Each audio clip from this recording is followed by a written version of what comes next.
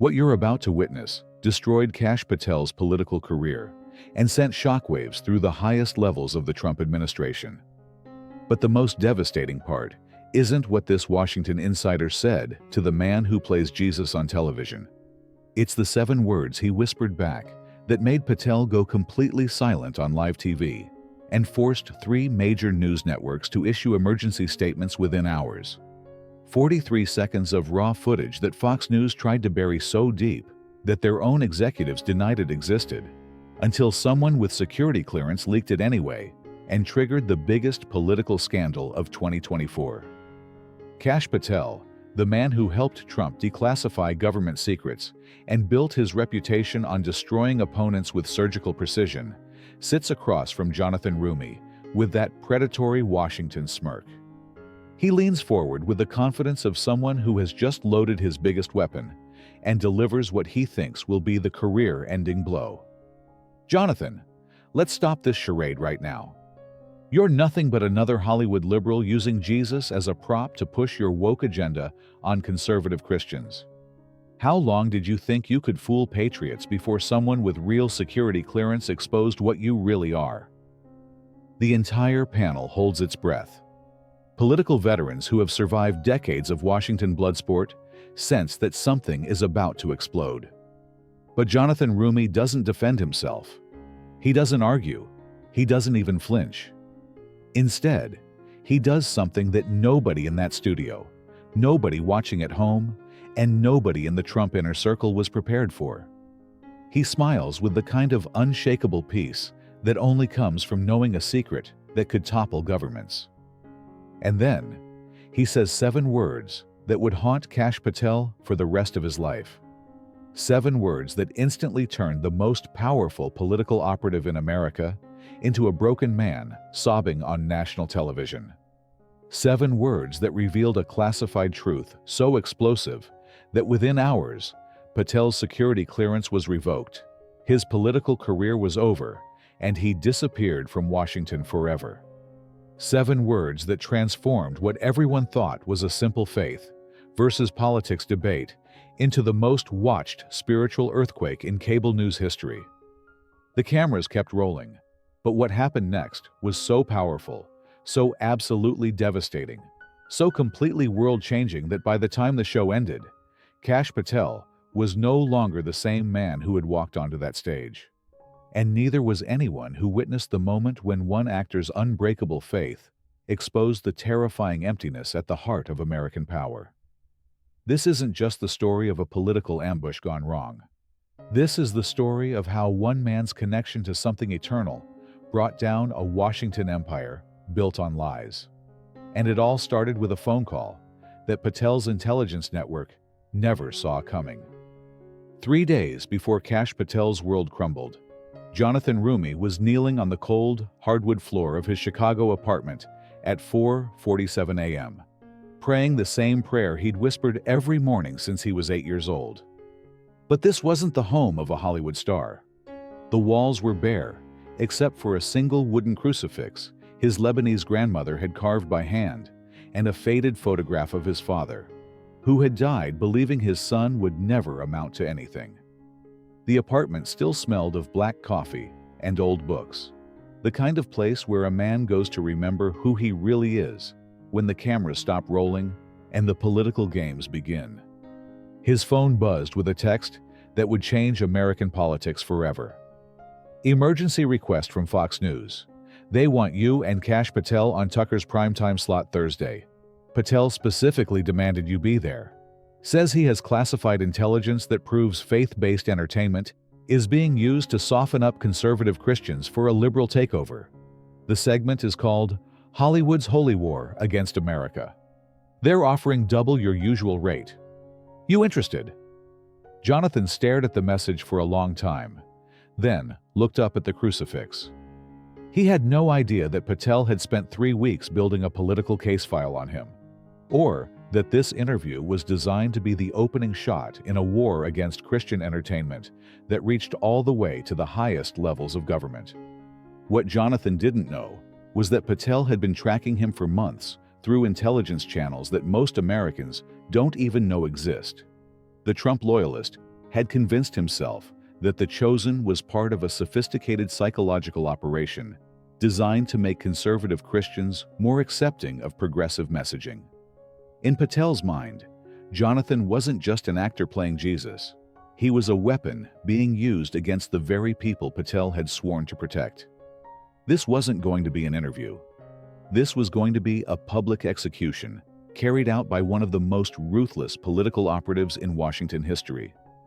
But there was something else Patel didn't know, something that his security clearance and government connections couldn't access.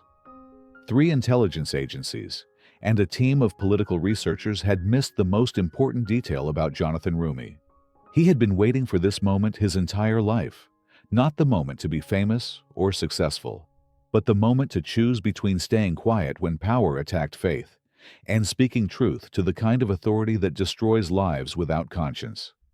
He had been preparing for this spiritual battle since the day he almost lost his own soul to the darkness that lives inside every broken man.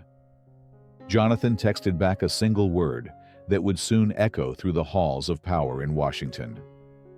Yes.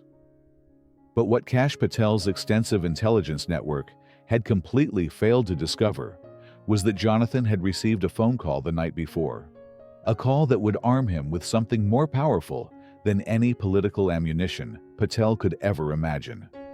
A call that would turn the hunter into the hunted and expose secrets that the most connected man in Washington never saw coming. But what Kash Patel's billion-dollar intelligence apparatus couldn't penetrate, what his security clearance and government surveillance network had completely missed, was the phone call that came at 11:47 p.m. the night before their confrontation. A call from Walter Reed National Military Medical Center that would arm Jonathan with something more devastating than any political weapon Washington had ever seen. The voice on the other end was weak, broken, barely above a whisper, but it carried the weight of sacrifice that no politician could ever understand.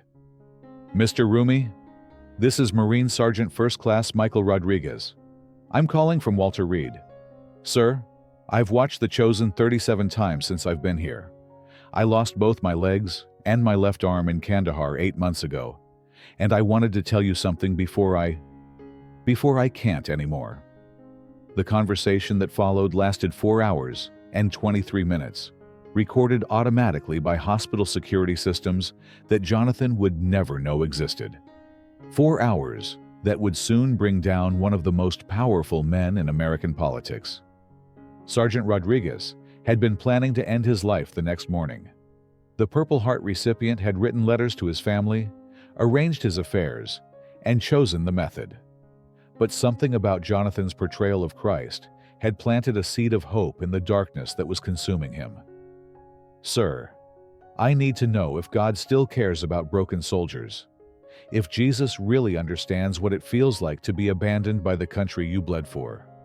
My wife left me, my kids won't visit, and the VA treats me like a number.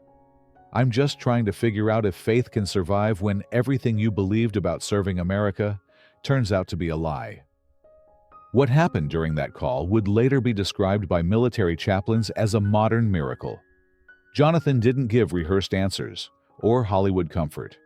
Instead, he shared his own story of brokenness, his own near suicide, his own desperate search for meaning in a world that had convinced him he was worthless. He told Rodriguez about the bathroom in Vancouver, where he had tried to end everything, about the voice that saved him, about the scars he still carried, and the purpose he had found in those wounds. "Mike," he said, using the soldier's nickname, "the same God who pulled me back from the edge is sitting there with you right now, waiting for you to stop running from the love you've never believed you deserved." By dawn, Sergeant Rodriguez had made a decision that would soon echo through the highest levels of government. He would live. But more than that, he made Jonathan promise something that would either destroy his career or prove that faith was stronger than political power. "Sir, if anyone ever tries to tell hurting veterans that our faith is fake, that our hope is foolish, that our prayers don't matter, you promise me you'll stand up and fight for us, even if it costs you everything." Jonathan gave his word, having no idea that in less than 18 hours, he would be called to honor that promise in front of 20 million Americans against the most ruthless political operative in Washington.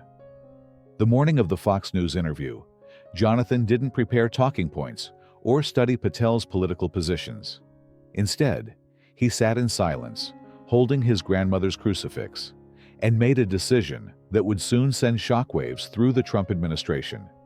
If Kash Patel wanted to wage war against faith on national television, he was going to have to go through someone who had already died once for the truth, and wasn't afraid to do it again for a wounded Marine who had chosen life over death in a hospital room where miracles still happened.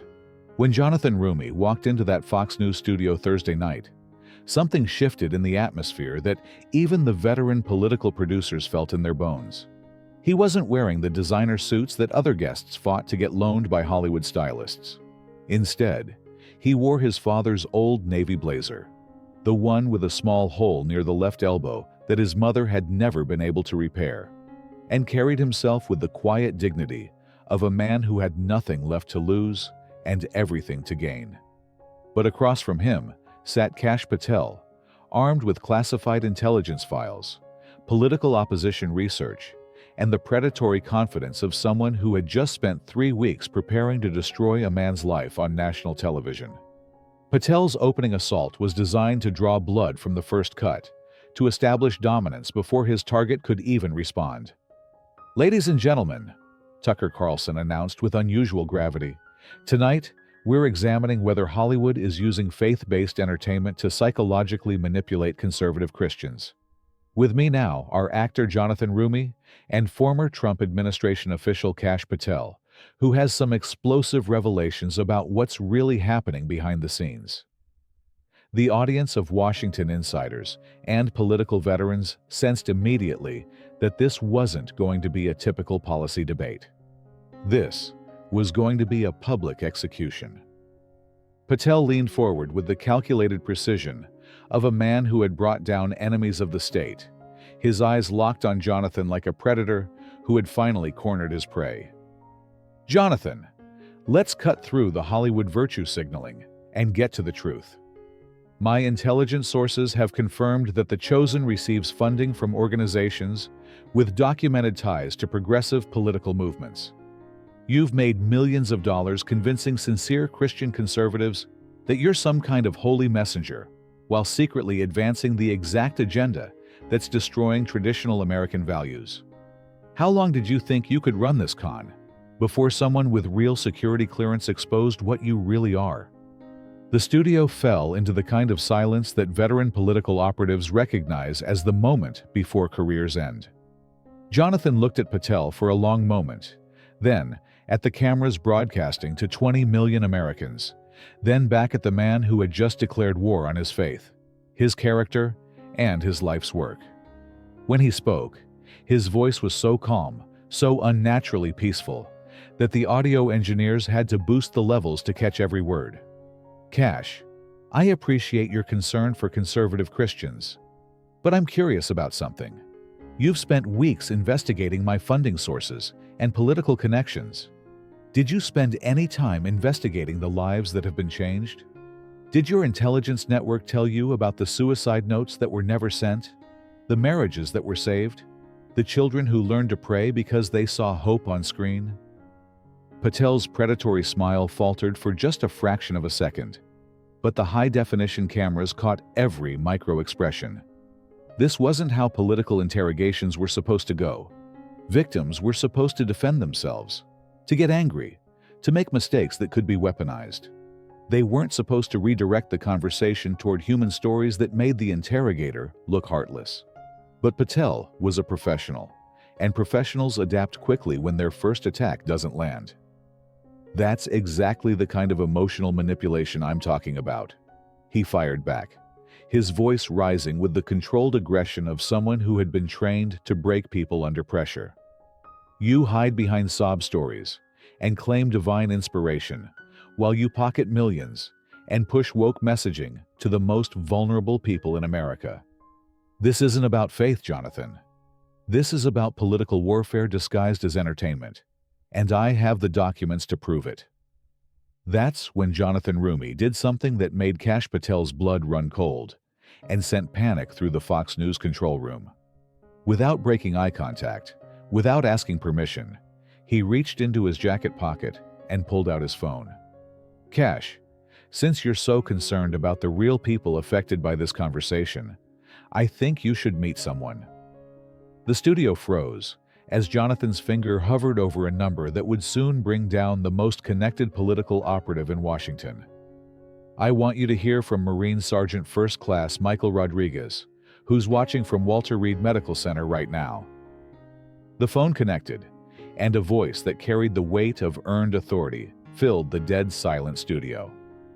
"Hey, Mr. Jonathan, is that the guy from the news who's been saying mean things about you?" Patel's face went white as bone. This wasn't in his opposition research. This wasn't in any intelligence file. His handlers were screaming through his earpiece to shut this down, but it was too late. The voice continued, stronger now, with the unmistakable cadence of a combat veteran who had faced real enemies and survived.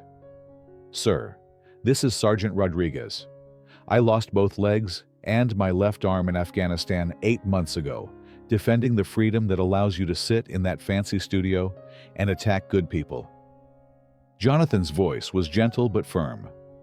"Mike, Mr. Patel just told 20 million Americans that faith-based entertainment is psychological manipulation designed to fool vulnerable people.